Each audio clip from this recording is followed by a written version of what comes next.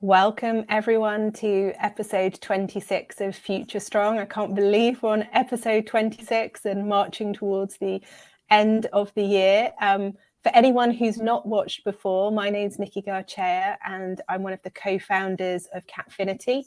Capfinity is a strengths-based organisation supporting employers across the talent life cycle, and we have special expertise in emerging talent, which is where Future Strong comes in.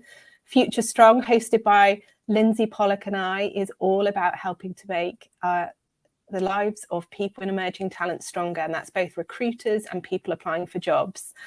And that makes today's episode really exciting because we have the wonderful Kimberly Cummings, who will be able to tell us exactly what we can do to have fruitful careers, both in the ones we have and for those that we support. But Lindsay, you're in a different location, but you're back from Chicago. Tell us, how's the week been? How are you doing? Thank you, Nikki. I'm so delighted to be here. Hi, everybody. Please introduce yourself and tell us where you are watching from in the chat.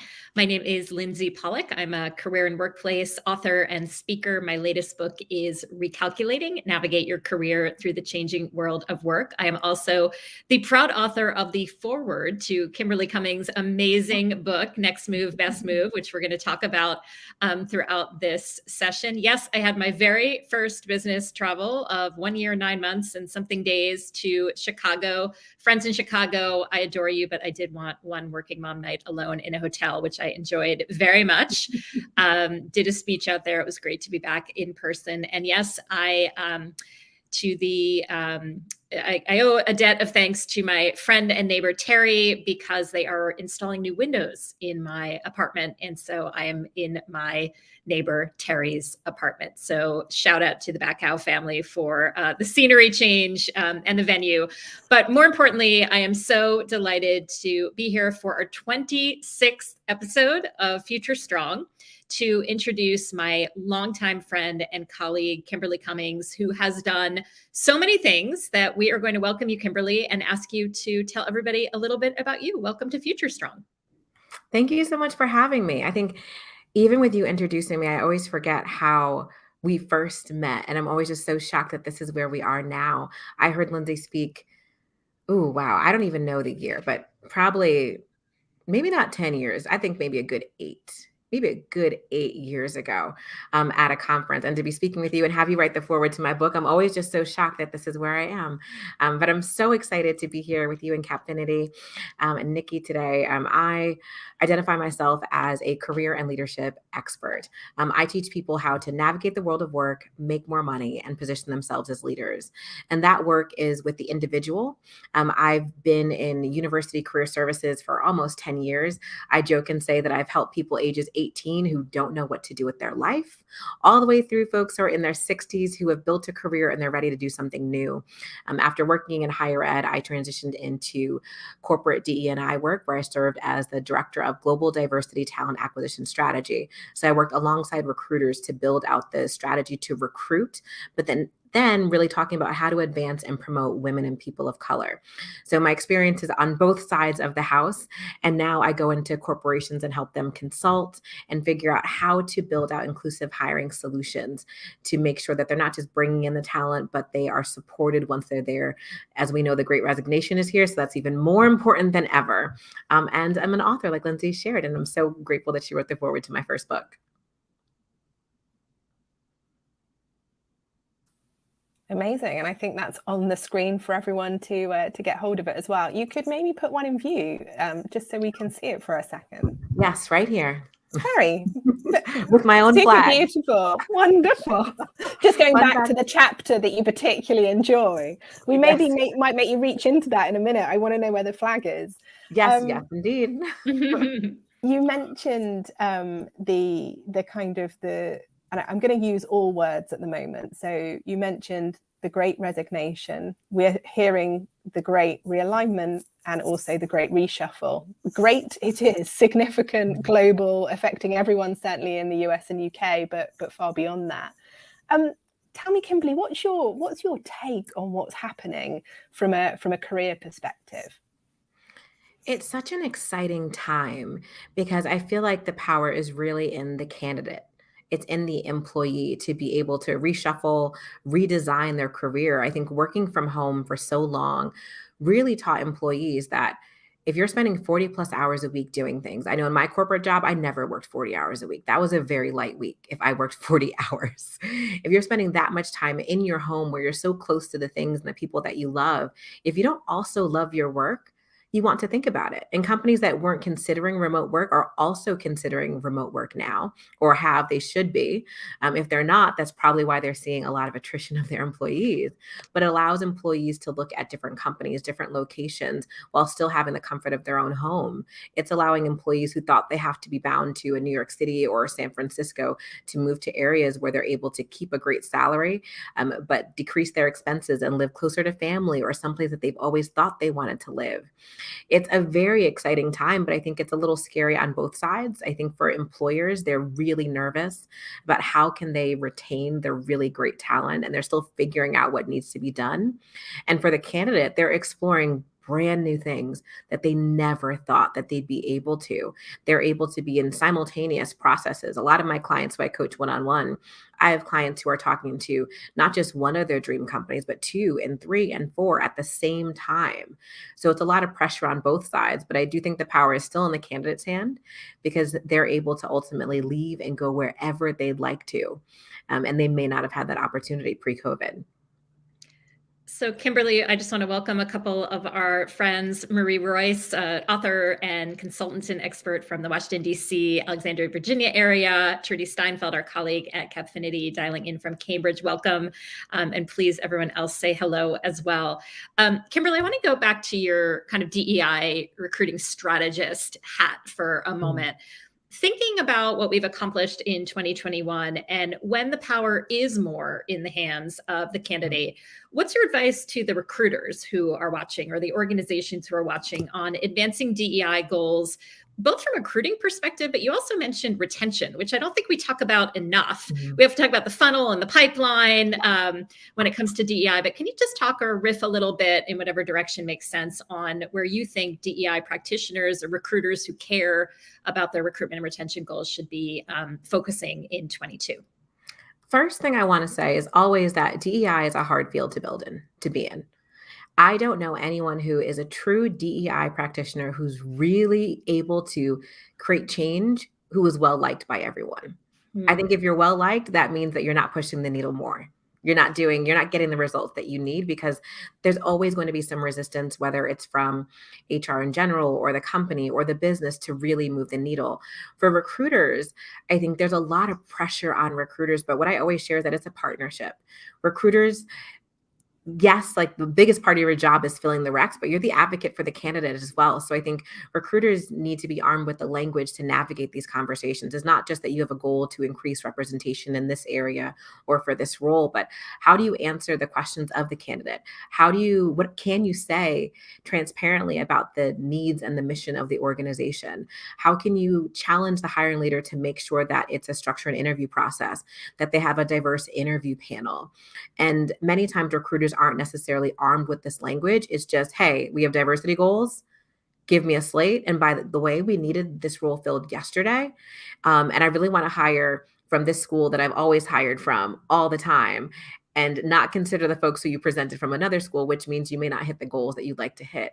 It's a really fine balance. And I think recruiters are really in a tough spot and need to be armed with the information needed and be able to advocate for themselves to get what they need and get the language so they can navigate the new arena with ease to really help hit these goals. I think companies that are excited about DE&I and are driven to see change, that means that there's so much more education that needs to happen. There's so much more training that has to happen with not just the recruiters, but also hiring leaders. So it truly is a partnership. Otherwise, these are really just vanity goals that people share that are, they sound really nice, but the needle won't be moved next year, 5 years from now, et cetera. We have a chief diversity officer watching, our friend Adrienne Alberts, who made a really telling comment. She said, "Indeed, I've never been liked less in my career." So that really resonated with our audience, Kimberly. I want to jump to a section of your book, which I think is a good follow-up to what you just said, whether it's to DEI practitioners or to anyone. one of my favorite sections is you talk about embracing your voice in the workplace. And it sounds like that's what you're getting at, that DEI professionals, but really all of us need to do, particularly, I think also people who are not resigning, right? Those people who are staying, I know, are reaching out to me and saying, if it's a great resignation, what do I do if I don't want to resign? How can I leverage this? So can you talk about what it means to embrace your voice in the workplace, and what are some of your tips on that? Embracing your voice is really driving through being authentic, understanding what it is that you need, you want, and you desire, and then advocating for that in conversations. I'm currently working with someone who just realized she loves the company, absolutely loves it. But she started as an intern. She's now been at the company for about 9 to 10 years, and she's drastically underpaid in comparison to other folks in the intern class that she came in with. They're all still friends. They all came in as interns. So clearly they're being transparent. And and I don't mean drastically like $10,000. I mean like $40,000+ in comparison to people from the same intern class. And someone like this, I always say, this is the time to really have those really great conversations. Companies that are now thinking about retention and want to reduce attrition during this time, the employee has to be empowered to advocate for themselves, talking to your manager, not just being upset about whatever it is by yourself, but talking to your manager, going through human resources and really going through the channels. I think in this time where the employees or candidates have a little bit more power, I think understanding who you are, what you need, and pushing that forward is really important. And for people who want to stay at their companies, I also think this is a phenomenal time, because if everyone else is leaving and you've been doing really great work and can showcase that through conversations, through building great relationships, it's also a time where you can get promoted much faster. Because if everybody else is leaving and you're the person there who's been doing great work and has great relationships, you can have the conversations to put yourself into some of those higher level roles. Such wise advice, Kimberly, and I completely agree with you on this being a candidate empowered space. We've got a piece of research at Capfinity that we've just conducted across the US. It really is speaking to this piece. So I'm in complete agreement with you. I want to just dig in a little bit too, and Lindsay chime in as well, but from a Generation Z perspective, what are some of the themes that you're finding that generation's talking to you about when they're thinking about their maybe first move, and that being a really good move for them? And do you think aspiration or desire has changed over the last year within that generation? I love how empowered Gen Z is to ask the hard questions. And that's why I'll jump back to that last question about recruiters. Recruiters need the language because Gen Z is asking the questions. And if you are not empowered with those answers, you're going to lose that fresh talent. Whether it's understanding what are the diversity, equity, and inclusion goals, what does belonging feel like? Is there mentorship? Is there training? Gen Z candidates are asking this in their first interviews. They are more able to do the research than even the millennials when they went into the workforce. They're really looking to, if I quote myself, make their next move their best move when they're in the workplace. So beautifully put. Yes. And I love it. I personally love it, but I think that sometimes companies and recruiters aren't able to answer those really in-depth questions honestly and transparently. I think the only downside, I think, for Gen Z is because when they don't get the right answers or transparent answers, sometimes there may be a little bit of a lack of patience. So understanding that change takes time. So for some companies that are in the early stages of their journey to making some of the DEI related changes, if they're not able to answer those questions, a Gen Z candidate may feel like, well, they're not doing anything. It's like they're also working. I think I'm doing some consulting with a startup, and one of the biggest things that we talk about, we just built a DEI committee, is giving the company grace while they're going through these changes. And that not everything can be changed tomorrow. There has to be a little bit of grace. I mean, if they're communicating, they're making changes, follow up and allow the company a little bit of time. But Gen Z, I think, is making tremendous strides in pushing the needle and advocating for what it is that they need, especially when it comes to DE&I. I love that. Give the companies some grace. Not too much, but definitely Yeah. give the companies some grace. I want to dig a little bit more into the book, Kimberly, because it's so good. I know that when I write a book, I have some favorite parts or some pieces of advice that I like to promote more than others. Give us your top 3 favorite nuggets from Next Move, Best Move. Oh gosh, you're challenging me now to remember my words. Right before we hopped on, I said something about, can I even remember what I talked about?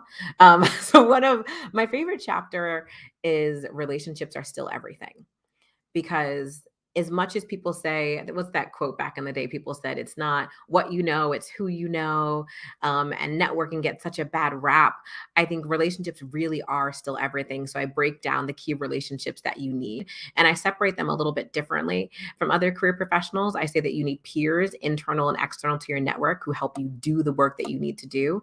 You need coaches, people who can literally teach you what to do to navigate a situation. The example I always give is that I need teachers who are really great with quantitative.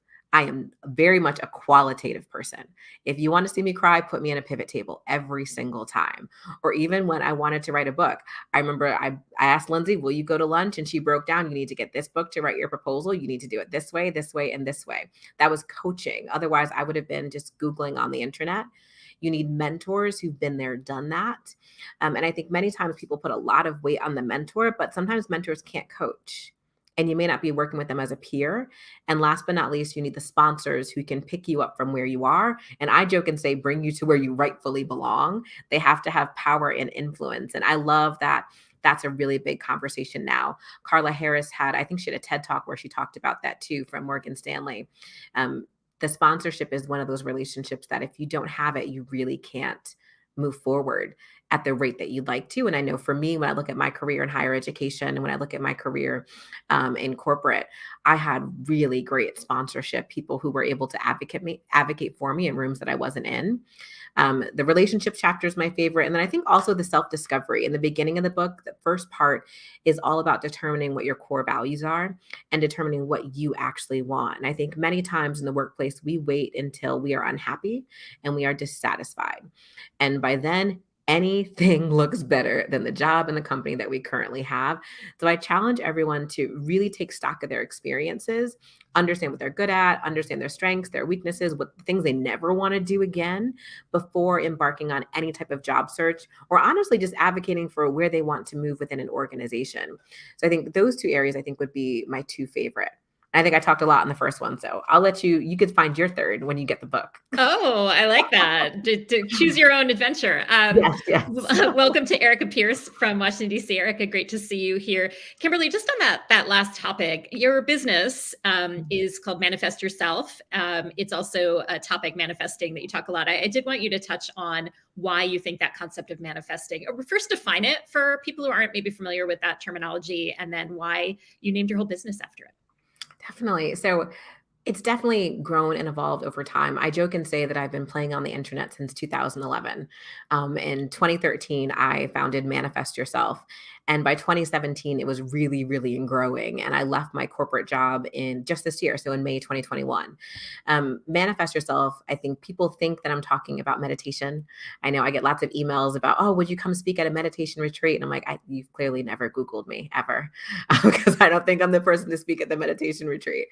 But for me, manifestation, and even the term manifest yourself, is about being able to create the life you desire, create the career and life you desire.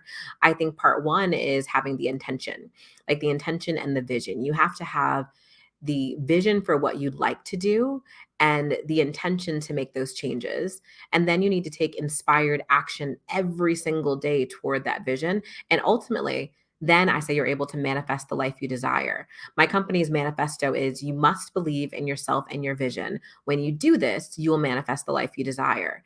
And we think about manifesting all types of things, whether it's money, cars, weight loss, etc. But we don't necessarily think about it with our careers as much. Sometimes we just wish, like, we're hoping that someone's going to select us and pick us out of where we are and put us into a company that we like. But I teach people that in order to manifest yourself, you have to really create that actionable plan to get to where you'd like to be, versus just creating a vision board and hoping that things naturally fall into place.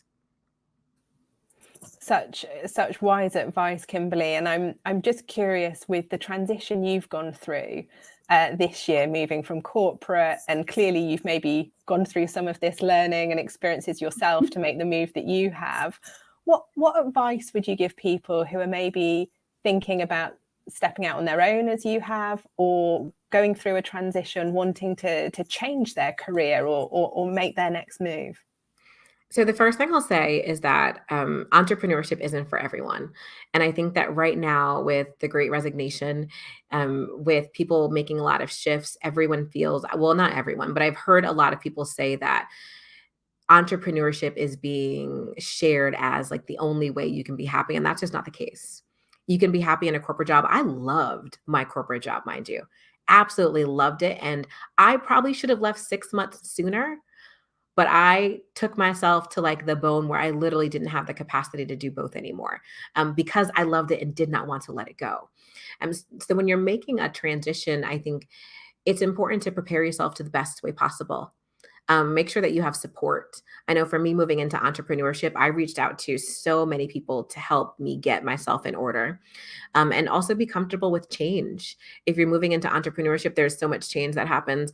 I still don't feel like, I know I don't have, let's say I don't feel like it. I still don't know I have it all down pat. It is not a well-oiled machine. I'm doing well, but there's so much change that you want to happen. And the same thing when you're transitioning into a new job, remember it's a job description, especially if you're moving into an inaugural role or a role where it isn't as perfectly curated or fashioned. A lot of my roles have been in strategy, meaning I had to build the strategy. So when you look at that job description, I teach people that whatever move you're moving into what you feel is some type of box, right? Every role, every experience is this like box that you're thinking that you're going to be moving into. But in order to really manifest it into what you'd like or make a transition that makes you happy, you really have to blow the lid off the box and think about all the possibilities that could happen and then create that plan to do it. For me, I think when I think about one of my key strengths is discipline, and discipline in the sense that I like to have a plan. I want to know what my ducks in a row are. And a lot of times people feel stuck even after they make the transition because they're not clear. The plan is really what helps you have clarity and can make your transition much smoother as you're moving through whatever the transition is, whether it's entrepreneurship, another job, a more senior level job. Every transition is going to have its ebbs and flows. It's not going to be perfect. It's not, the grass is not always greener on the other side, but the plan can help you get through that. Kimberly, I say that a lot about entrepreneurship too. I've been doing it a little bit longer than you. It's the same thing I say about New York. Like, if it's not for you, it's not for you. And that's okay, right? It's not for everybody. We understand that. You talk also in the book about long-term versus short-term career goals. And so can you talk a little bit about that, particularly because you're relatively new into your entrepreneurial journey? Mm-hmm. How do you help people through those two very different sort of goalposts? Definitely. So long-term goals, I always say, are a moving target. Always a moving target. If you told me I would have ended my corporate career where I did, I would have told you were lying. There's no way I'd be doing that. I started my career in marketing. And I think they gave me a title. I think I talk about it in the book, where I think they gave me a title as like marketing assistant. I was really like a data entry person. It was definitely a lie. But I thought that I was going to be like Gabrielle Union and Shantae Smith in this movie called Two Can Play at That Game. I just knew by the time I was like 25, 26, I'd have a corner office overlooking the city, really great suits, an amazing assistant, and just go into all those high profile meetings and be like, no, you should do it that way. This is how you're supposed to do it. And everybody would listen and it would be glorious. That's not what happened in any way, shape, or form. I worked in marketing. I worked in financial services. I spent the most time in higher ed and then corporate DE&I while building my business through a good chunk of that time. So long-term goals, I say, are a moving target, because at any time, I tell my clients magic can happen that can move you. How I moved into corporate was a very quick instance that was completely unexpected. I tell folks to focus on 2-year increments. At the end of the book, I have people put together a 2-year career strategy, because 2 years is extremely manageable. So if I were working with any professional, I always joke and say, okay, if I were a fairy godmother and I could snap my fingers and bring you to 10 years, where would you want to be? And I want you to answer really quick. Where would you be in 10 years? Then we cut it in half. Where do you need to be in 5 to get there in 10? And then we cut it in a little more than half. Where do you want to be in 2 years to be there in 5 to get there in 10? And then we start working in 6-month increments, really understanding what those micro goals are in order to get to the longer term, but while still leaving some room open for transitions to happen that would have been unexpected. For me, my goal while I was in higher ed was to become a director of career services. That is all I wanted. Director of career services, and I would have been super happy to stay there, maybe move into student affairs and like a provost role. But all I wanted was a director of career services. And while I was interviewing, I got to process after process, and I was top two and I was number two. I was not number one like Beyonce. I was always number two. And I was devastated. I had one search that was really, really bad right before I moved into corporate. And I was like, maybe this isn't, I'm just meant to stay here. I didn't know what to do. But through 2 introductions, I went from, hey, I think I'd be interested in that type of role. Let me just throw my hat in the ring. That was a Monday. I interviewed Wednesday, Friday. Again, on Tuesday, had a job offer by the following Wednesday. And that was right before the holidays, mind you. That was like December 14th. So who gets a job offer right before Christmas because no one's talking to you during that time period? And I started in the new year working in corporate DE&I, and that changed the trajectory of my career, obviously, but also my business. So that's why I always say those long-term goals. I was pushing so hard for that director of career services, but that wasn't where I was supposed to be. Any signs that you look out for, Kimberly? Anything that you get people to, like, how do they know whether to pick up on what direction they need to go in? So that's where I'll joke and say it's a little woo-woo. I feel like you kind of know in your gut. I think that when things come in alignment for you with a little bit of ease, that's something that you should lean into. And also trusting your network. I think that's when great mentors come into play, great sponsors who, when you get an opportunity, if you're able to gut check yourself, does this feel good? Is there a lot of resistance here? And when your mentors know you, how are they able to help you through that shift? I've also turned down job offers before because something just wasn't right. I had an offer probably in 2016, 2017 for a really big tech company that everybody would know. And I got to final rounds. I had the offer, and something just didn't sit right. And I couldn't pull the trigger to say yes. And I ended up saying no. Even before COVID-19, for my company, I used to do this huge event in New York City, bringing 200 professionals every single year. We were about to go on tour in 2020. And I'm a quick start. If I want to do something, I do it. I sign the check, do whatever it is. And I don't know what it was. I could not sign the venue contracts. We were going to go to Atlanta, DC, and then end in New York. And I literally would open up the email, click the invoice, put my credit card in. But my gut was like, don't put the money, like, don't do it. And I don't understand why. But now I know, because that was February 2020. What would have happened to all my money if I had signed those contracts? Because then venues, they kept it, because nobody knew when it was going to end, and it hasn't ended yet. So I always say, listen to that. Like, I'm so grateful that I decided to cancel the event that year. I was like, who knows? Like, I don't know what's going on. But a month later, I understood exactly what happened. And the same thing happens with your career. Lean into what you feel is going to be a good opportunity, and also ask all the questions. I think, unlike entrepreneurship, you can get a really good sense from asking the company really great questions. Reach out to people who currently work there. Ask to speak with the manager again if you're hesitant and you want to get those final answers before you accept an offer. I had a mentor once who would say, your gut is data. I love that. Data, and what you described. But I think Kimberly's perfect for maybe future predictions now, Lindsay. We have to ask her with how well she understood what was going to happen in 2020.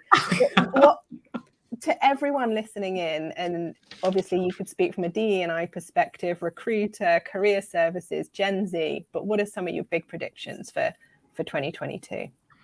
Oh gosh.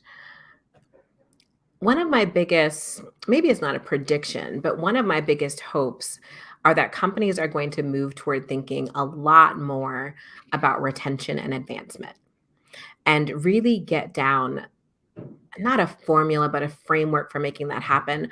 Most of the studies show, if we're talking from a DEI perspective, that women and people of color aren't able to move through the workplace because they're lacking connection, exposure, and sponsorship. And a lot of companies haven't put together a formula to address that yet. To how do they train their managers on how to support women and people of color to get those things. When I was in higher education and we started talking about DE&I, and I've worked at some Ivy League universities where the representation when we're talking about Black and Latinx populations was much smaller. And there was a lot of people used to talk about, do we need to do diversity recruiting events? Do we not need to do them? Like, we're giving everyone the same exact opportunity at the same time. And the same thing in corporate America. When I talk to my hiring leaders there, they're like, I treat everybody the same all the time. But sometimes you don't need to treat everybody the same. Just because someone is in an opportunity doesn't mean that they've been prepared appropriately. And when we talk about women and people of color, many times we're afraid to ask for the help that we actually need. And there needs to be much more structure in order to help make sure that people are prepared to advance. And I think that takes a different level of commitment from the organization. So I guess my hope, and what I'm seeing in small areas and companies that have a much more evolved strategy, is that they're figuring out how to create connection, exposure, and sponsorship for their women and people of color so that it's decreasing their attrition and allowing them to really move into more leadership roles. And that can look like more in-depth mentorship programs. It could look like managers learning how to really give feedback. Nobody wants to hear, oh my gosh, you're doing great. Well, why haven't I got promoted over the last 3 years? You're obviously not doing that great. So we need to learn how to give that great feedback. How do you create environments where people are able to get on high profile projects, get connected to senior leadership, more L&D budgets to send people for the development that they need or give them coaching. That's what I'm really hoping to see, and I'm seeing a little bit of in 2022. Kimberly Cummings, friend, mentor, coach, DEI professional, consultant, author, Future Strong episode 26 guest. That was a preview, listeners, of what you're going to get on our final episode of 2021, which is going to be where we ask some of our past guests like Kimberly to make their predictions for the year ahead. Kimberly, thank you for previewing that so beautifully. Thank you for being our guest.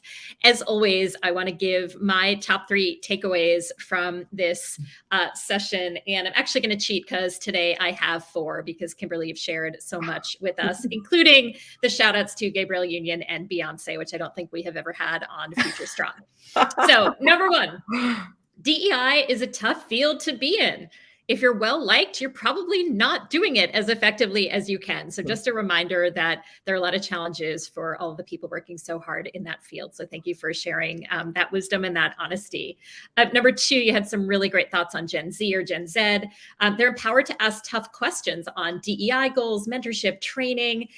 They are going to do their research. So those of us in recruiting need to be ready for those tough questions. But also, Kimberly gave some really wise advice to Gen Zs to also give companies some grace that it is going to take time to achieve some of the goals, particularly around DEI.